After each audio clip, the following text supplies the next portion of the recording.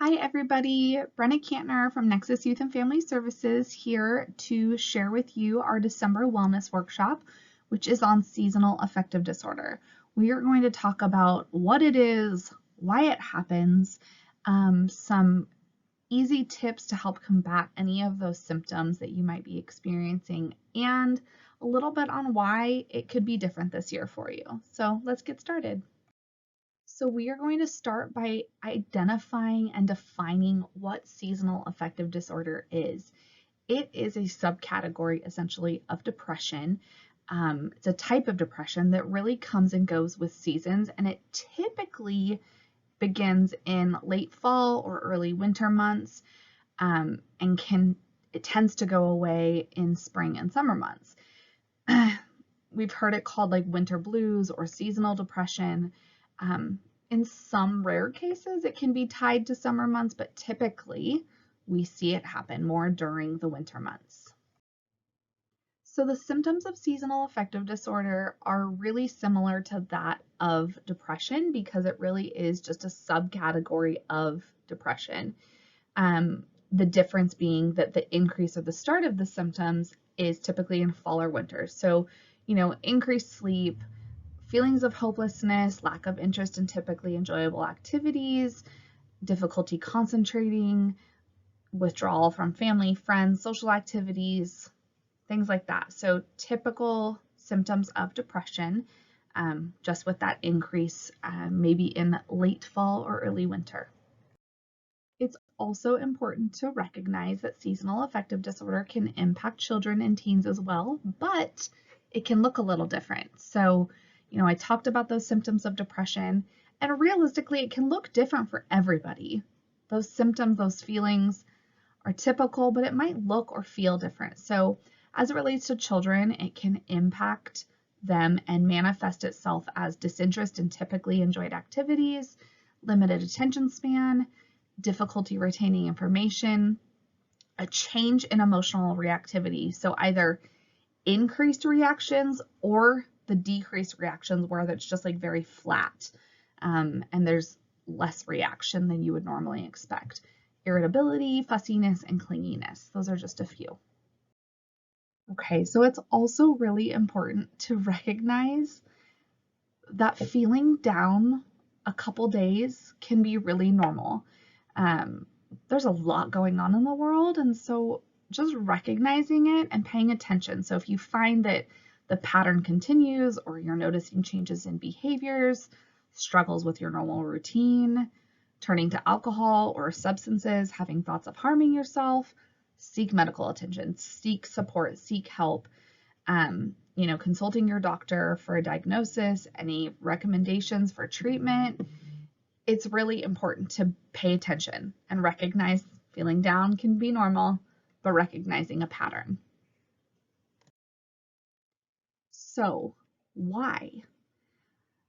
It's an interesting idea, and so experts have not found one specific cause for seasonal affective disorder, but they have identified a few factors based on the lack of sunlight, what really plays a role. So seasonal changes creates increased darkness, right? It gets darker earlier, and that can affect melatonin levels, which can result in sleep pattern changes and changes in your mood. Lack of sunlight can also have effect on your biological clock, which changes your body's natural rhythm, right? Like we sleep at night, and so our bodies start to wind down, and so the lack of sunlight can mess with that biological clock. It also decreases natural production of vitamin D, and the lack of sunlight can cause a drop in serotonin levels in your brain, which can trigger depression symptoms. So I've talked before about it, but we have chemicals in our brain that make us happy. And so serotonin, dopamine, things like that can be increased naturally, and we'll talk about some of those resources, but it can also decrease naturally when you're exposed to less sunlight. It's pretty interesting, actually. Okay, so like we already talked about, anybody can suffer from seasonal affective disorder, but there are some indicators that have been identified that increase risk. So women are 4 times more likely to develop seasonal affective disorder than males.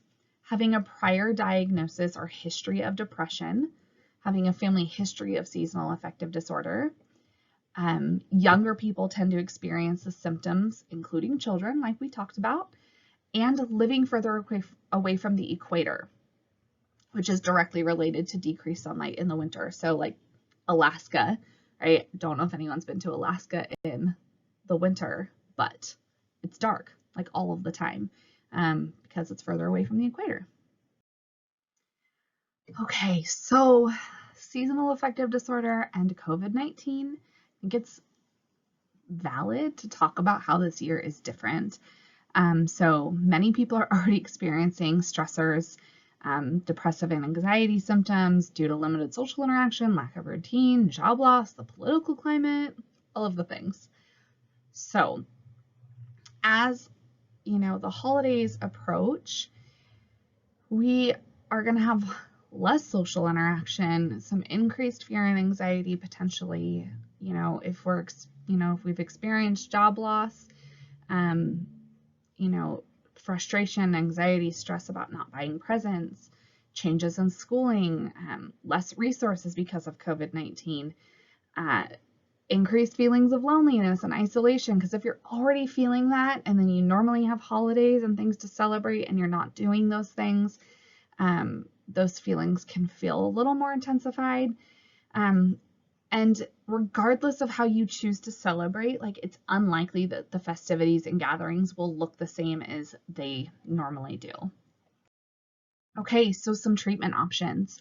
There are various types of therapy. So, traditional therapeutic services like cognitive behavioral therapy. There is something called light therapy, which is exposure to bright artificial light that it mimics the sun. And there's something called chronotherapy, which I had actually never heard of until I started researching this topic. But apparently it's about going to bed at a later time each night, all the way around the clock until like it resets your sleep schedule. I would not do that without a doctor or someone guiding you through that process.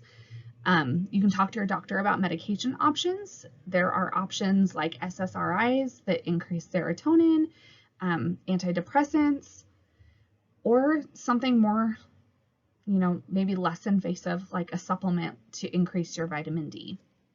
And then self-care. I probably talk about this in every single video I do, but self-care is so important. So physical exercise, 30 minutes a day, 3 to 5 times a week. Having a daily routine is really important, especially with pandemic stuff, but setting a daily routine, and it's about doing what you have with what works. So if the gym is closed, I get that, but go for a walk or have a dance party or like just by yourself in your house or look up a YouTube video. There's tons of free exercise videos. So like you have to do what you can with what you have. Healthy, consistent meals, that looks different for everybody, but like healthy, consistent meals, at least 3 meals a day, and engaging in social activities, even if you're isolated because of the pandemic. Set up virtual hangouts with your people, with your tribe of people. It's very uplifting and important to stay connected. So some resources that I've listed here: National Alliance on Mental Illness, National Institute of Mental Health, Suicide Prevention Lifeline, Text Line, and our own resources through Amador County Behavioral Health. As always, thank you so much for watching. Like, comment, subscribe, share with your friends and family, and if you have any questions or need any support, please give us a call. You take care and enjoy the holiday season however you choose to celebrate.